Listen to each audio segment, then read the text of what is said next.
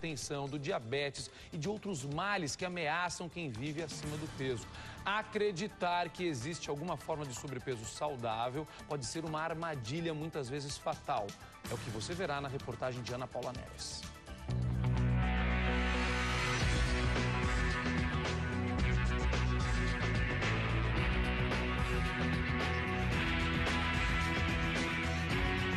Marcos está 10 quilos acima do peso ideal. Para não engordar mais, escolhe bem o que vai levar à boca e faz 1 hora de caminhada todos os dias. Marcos de antes era um ente sedentário. A mudança de hábitos não o fez emagrecer, mas trouxe outros resultados positivos. Os níveis de colesterol e triglicérides estão normais. De 317, agora eu estou com 163. Tá feliz? Tô. Dá para baixar um pouquinho mais aí do triglicérides. Como é que o senhor está se sentindo agora? Ah, Ana Paula, estou me sentindo bem. Eu sou um gordinho saudável. Seu Marcos, não é bem assim não, viu? Pelo menos segundo um estudo da Universidade da Suécia, que revela, não existe gordinho saudável. A afirmação pode parecer exagerada àqueles com sobrepeso que não apresentaram elevação de pressão arterial, glicose no sangue e também de colesterol. Mas o fato é que os pesquisadores suecos acompanharam 1.700 homens de idade média por 30 anos. E constataram que a gordura é uma inimiga traiçoeira, capaz de transformar um obeso aparentemente saudável em uma pessoa com sérios problemas cardíacos. Levamos a pesquisa ao Instituto do Coração, em São Paulo.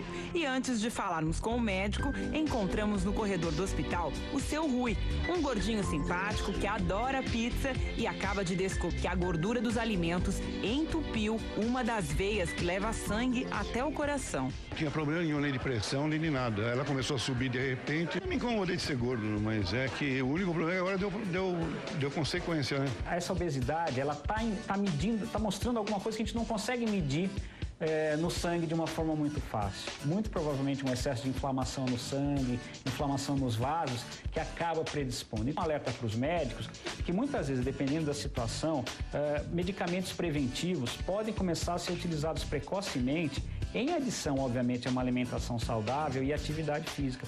Mesmo que a pessoa não perca peso, mas que você implemente esses tipos de tratamento para que você tenha uma prevenção naquele indivíduo que você não trataria de uma forma tão intensivamente antes dos resultados desse estudo.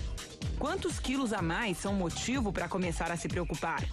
Homens com uma circunferência acima de 94 centímetros e mulheres com mais de 80 centímetros na região da barriga têm a gordura mais prejudicial, a que fica ao redor de vários órgãos e muda para pior a qualidade de vida de qualquer pessoa.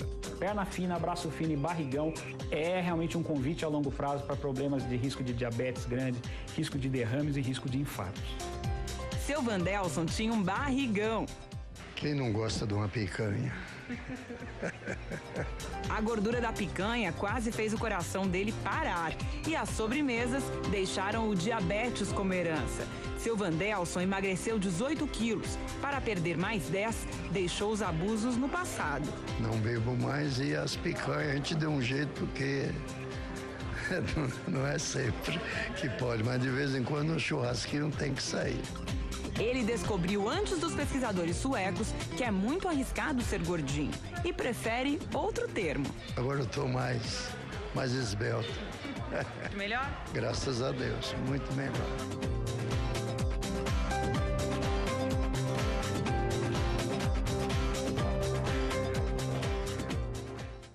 Para nos orientar mais na prevenção do excesso de peso, especialmente nas consequências disso, que a gente parece que esquece, a gente fala tanto sobre isso e esquece. Quando eu digo a gente, estou me incluindo nessa, tá, gente? Nós recebemos a Andréia Pereira, médica nutróloga do Hospital do Coração e coordenadora da área nutricional do Ambulatório de Cirurgia Bariátrica e Obesidade da Universidade Federal de São Paulo. Andréia, obrigado pela presença. Bom dia a todos, obrigado pelo convite. Andréia, por que a gente esquece disso? Realmente as pessoas acham que podem ficar um pouquinho acima do peso?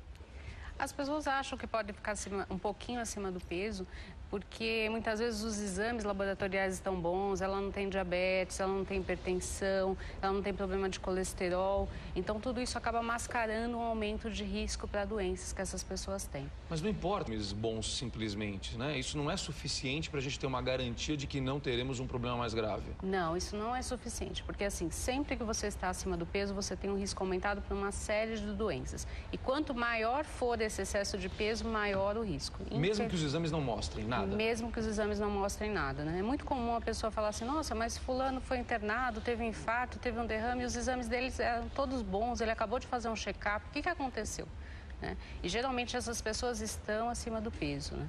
E o que é pior, não é só estar acima do peso, até aquele tipo de gordura masculina mesmo, de formar aquela barriguinha redonda, assim, né? Muitas vezes você olha aquele homem por trás e fala, nossa, ele é tão magro, na hora que você vê aquela barriga e fala, nossa, parece até que tá grávido, né? Um padrão bem masculino. Grávido? Porque a barriga é dura, né? É uma barriga dura, bem redondinha, né? A barriga da mulher, de modo geral, ela fica mais molinha, né? Então é uma gordura com menor risco, né? Por que essa barriga masculina?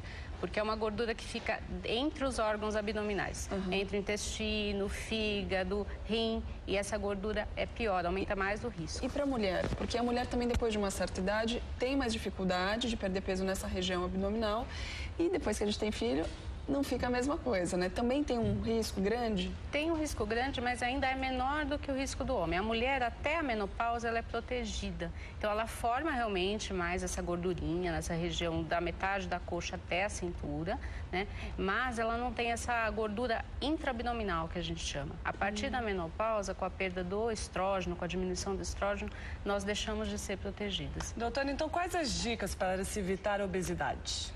Olha, isso eu acho que todos os profissionais repetem muito, né? É uma mudança de hábito alimentar mesmo. Dieta não é passar fome. Mas se você tiver um colega magrinho, você vai ver que ele come o tempo inteiro. Então, assim, é comer de 3 em 3 horas no mínimo, né? Doces e pães, infelizmente, apesar de eles serem gostosos, eles engordam demais, né? Pão branco engorda muito. Fazer exercício físico precisa. Não tem jeito, eu não gosto de academia. Procura um outro tipo de exercício, vá a um parque, né? Pelo menos 3 vezes por semana. Quem come aquele pãozinho francês e tira o miolo, adianta? Adianta, mas assim, o pão francês é tão calórico que mesmo você tirando o miolo, você ainda tem bastante caloria. Então tem que mudar para o pão integral. Fala assim, eu não gosto de pão integral, mas assim, hoje no mercado nós temos tanta variedade, você tem que encontrar uma que você goste. E, infelizmente, assim, pão francês é terrível, engorda muito. Agora tem algumas dicas que depois a gente pode dar também, mas eu queria que você explicasse a diferença de sobrepeso e obesidade e também explicasse, porque na verdade você está falando que é um conjunto de coisas. Muitas vezes as pessoas seguem uma dieta radical, mas o resto da vida ela não muda. Então, combinação da dieta, alimentação, dia a dia dela, como é que ela é, e o exercício também. Então, assim, a diferença do sobrepeso e da obesidade é um índice, né? Nós usamos um índice que chama IMC. A partir de 25 a 30, a pessoa entra, né? 25 a 30, a pessoa está no sobrepeso. A partir de 30, ela entra na obesidade. No sobrepeso já existe o risco? Já existe o risco. É um risco menor que a obesidade. Mas o grande problema do sobrepeso é o que ele é? Ele é uma ponte para a obesidade. Então, você engordou 5 quilos, você entrou no sobrepeso, fala, 5 quilos, aí troca o número da roupa, vai deixando para lá, quando você vê, você já está na obesidade. Então, você tem um risco aumentado para uma série de doenças, inclusive o câncer, né? Muitas vezes as pessoas não sabem isso, mas o obeso, ele tem um risco aumentado para ter câncer. Por quê? Assim, todas as pesquisas mostram isso, né? Você não sabe bem por quê. Até hoje a gente não sabe direito o que desencadeia o câncer, mas o obeso, ele tem um risco aumentado para câncer também. E as crianças? Hoje é um problema isso, né? Nós não víamos crianças obesas, mas hoje, assim, é um índice muito aumentado de crianças obesas. E elas têm coisas que você não via antigamente. Crianças com colesterol alto, com diabetes, com pressão alta. Então, assim... E outra coisa, se você já é uma criança obesa, o risco de você, ou com sobrepeso, o risco de você ser um adulto obeso é muito maior. Então tem que partir dos pais. E de um modo geral, a criança obesa, ela tem uma família obesa. Né? É um erro alimentar conjunto, todo, né? Não adianta. Por mais que as pessoas falem, eu tenho uma doença, não sei o quê, é comer errado.